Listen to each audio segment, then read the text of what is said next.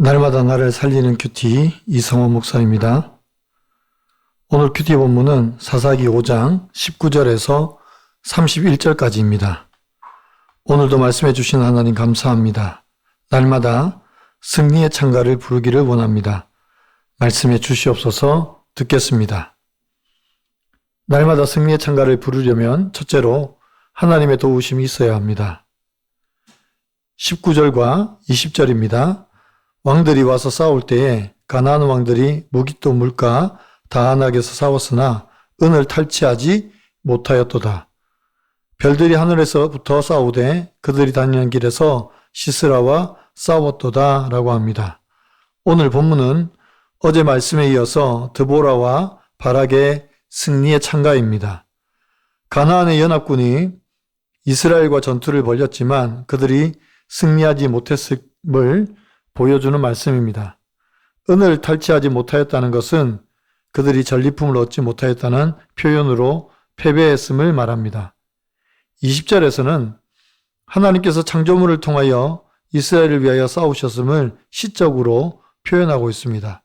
또 자연을 통하여 그들이 다니는 길에서 시스라와 싸웠다는 것은 아마도 이 전쟁에서 폭풍이나 천둥, 번개와 같은 자연현상들이 동원되었음을 암시하고 있는 표현입니다. 21절에서 기송강은 이 전투에서 아주 중요한 역할을 했음을 말해줍니다. 평소에는 작은 하천이지만 하나님께서 내리신 폭우로 인하여 급류가 되어 시스라의 군대를 휩쓸어 버렸습니다. 옛강이라는 표현은 기송강이 오랜 세월 동안 하나님의 심판의 도구로 사용되었음을 암시하고 있습니다.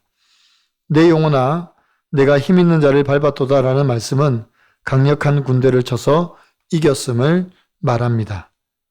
22절은 패배한 적군들이 급히 도망가는 모습을 묘사합니다.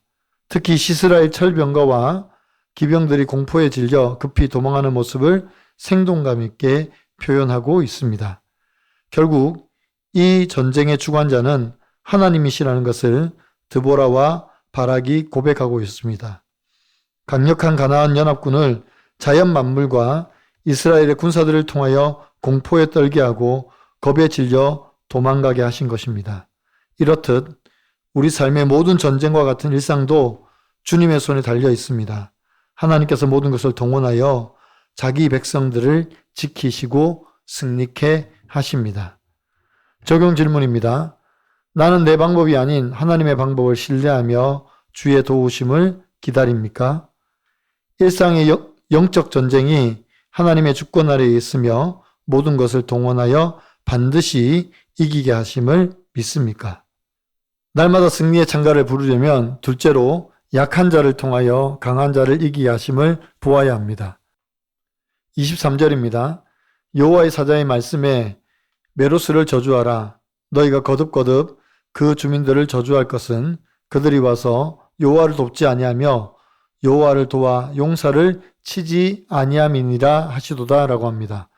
여호와의 사자가 메로스를 저주하라고 합니다. 메로스는 가나안 연합군이 이스라엘 치러 왔을 때 이스라엘 도와 함께 전쟁에 나가지 않은 부족입니다. 그들이 이스라엘 돕지 않았다는 것은 즉 여호와를 돕지 않았다라고 선언하고 있습니다. 그래서 그들을 거듭거듭 저주하라고 말씀하십니다. 그와는 반대로 24절에서 26절은 겐 사람 헤벨의 아내 야엘에 대한 축복이 나옵니다. 야엘이 이렇게 축복을 받는 이유는 그가 하나님의 마음을 시원케 했기 때문입니다. 20년간이나 이스라엘을 괴롭혔던 시스라를 극진히 대접해서 방심하게 만든 후에 그의 관자놀이에 장막 말뚝을 박아서 죽입니다. 물론 하나님께서 바락과 같은 장수를 통하여 얼마든지 시스라를 죽일 수 있습니다. 하지만 연약한 여인을 통하여 일하시는 이유는 이미 드보라를 통하여 언약의 말씀을 주셨기 때문입니다. 그래서 야엘은 하나님의 도구가 되어 시스라를 죽임으로 하나님의 마음을 시원하게 하였습니다. 28절에서 31절을 보면 두 어머니의 대조가 나옵니다. 시스라의 어머니는 자기 아들이 전쟁에서 죽은 줄도 모르고 전리품을 가져올 것을 기대하고 기다리고 있습니다. 그러나 이스라엘의 어머니 드보라는 하나님께서 원수를 이기시고 승리케 하심을 찬양하고 기도하기를 주를 사랑하는 자들은 해가 힘있게 도둠같게 하옵소서라고 합니다. 하나님의 승리는 힘있는 자나 강한 자의 손에 의해서 이루어지는 것이 아니라 약한 자와 순종하는 자를 통하여 이루어 주심을 보여줍니다. 그리고 망하는 자는 시스라의 어머니와 같이 잘못된 기대에 빠져 살지만 믿음의 어머니는 하나님의 행하신 일을 찬양하며 승리케 하심을 노래합니다. 적용 질문입니다. 나는 하나님의 일에 방관자입니까? 참여자입니까? 나의 가치관과 소망은 하나님 중심입니까? 세상 중심입니까? 좋은 남편, 인정받는 아빠라고 생각하며 교만하게 살며 남편에 대한 편견과 내가 한다는 오만함으로 아내와 자녀를 힘들게 한 저를 구원하시려고 파킨슨 병으로 찾아오신 하나님께 감사와 찬양을 드린다는 한 성도님의 큐티인 묵상 간증입니다. 제게는 여자가 너무 똑똑하면 힘들게 산다는 편견이 있습니다. 공부 잘하던 의대 여자 동기들과 선후배들의 삶을 보면 너무 바쁘고 힘들게 산다는 생각이 들어 주위에서 의대 합격 소식을 들어도 아들이면 잘했다고 축하가 나오는데 딸이면 힘들겠다는 마음이 앞섭니다. 그래서인지 저는 딸이 공부하는 것보다 능력 있고 믿음 있는 배우자를 만나길 기도했습니다. 또한 평소 가장인 내가 열심히 일하고 성공해서 가족을 보살피고 행복하게 해준다고 생각했습니다. 그래서 아내가 하는 일을 사소하게 여기고 스스로 좋은 남편, 인정받는 아빠라고 생각하며 교만하게 살았습니다. 그러다 몇 년 전 저는 파킨슨병 진단을 받았는데도 여전히 교만하여 지난 가족여행에서 자녀들에게 한 소리를 들었습니다. 불편한 몸으로 여전히 앞서가고 분주한 저에게 아들과 딸이 아빠는 이제 우리 그만 좀 챙기시고 돌봄을 받으세요 라고 말한 것입니다. 당시에는 인정이 안 되어 화도 나고 우울했습니다. 하지만 이후 그 말이 여호와의 사자의 말씀으로 인정되며 그동안 아내와 자녀들의 마음을 미처 헤아리지 못한 것을 깨닫고 회개했습니다. 하나님은 여사사 드보라와 겐 사람 헤벨의 아내 야엘을 사용하셔서 이스라엘 땅이 40년 동안 평온하게 하십니다.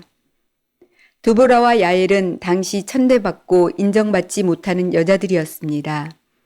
하지만 하나님은 이런 사회적 편견에도 그들을 구원의 도구로 쓰십니다. 제가 가진 모든 것이 저의 수고나 능력으로 인함이 아니라 하나님의 은혜임을 고백합니다. 남녀에 대한 편견과 내가 한다는 오만으로 아내와 자녀들을 힘들게 한 것에 용서를 구합니다. 또한 교만한 저를 구원하시려고 파킨슨 병으로 찾아오신 하나님께 감사와 찬양을 드립니다. 저의 적용은 가정과 병원에서 무언가 결정할 일이 있을 때 가족과 동료, 직원의 의견을 먼저 듣겠습니다.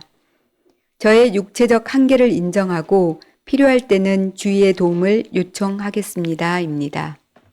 매일의 삶이 전쟁과 같은 우리에게 위로가 되는 것은 모든 순간에서 하나님께서 주관하시고 섭리하셔서 우리로 하여금 승리케 하신다는 것입니다. 때로는 힘이 없어 넘어지고 고난 가운데 쓰러져 있을 때도 하나님은 모든 환경과 도구를 사용하셔서 우리를 승리케 해 주십니다. 그래서 우리는 승리의 창가를 부를 수밖에 없습니다.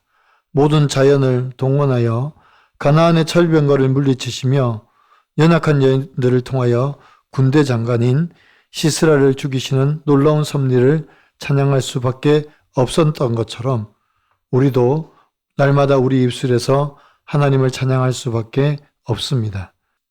사랑하는 성도 여러분, 우리의 힘겨운 시간과 환경 가운데 찾아오셔서 승리를 주시는 하나님을 찬양하시기 바랍니다. 그래서 날마다 우리 입술에 찬양이 끊어지지 않기를 간절히 축원합니다.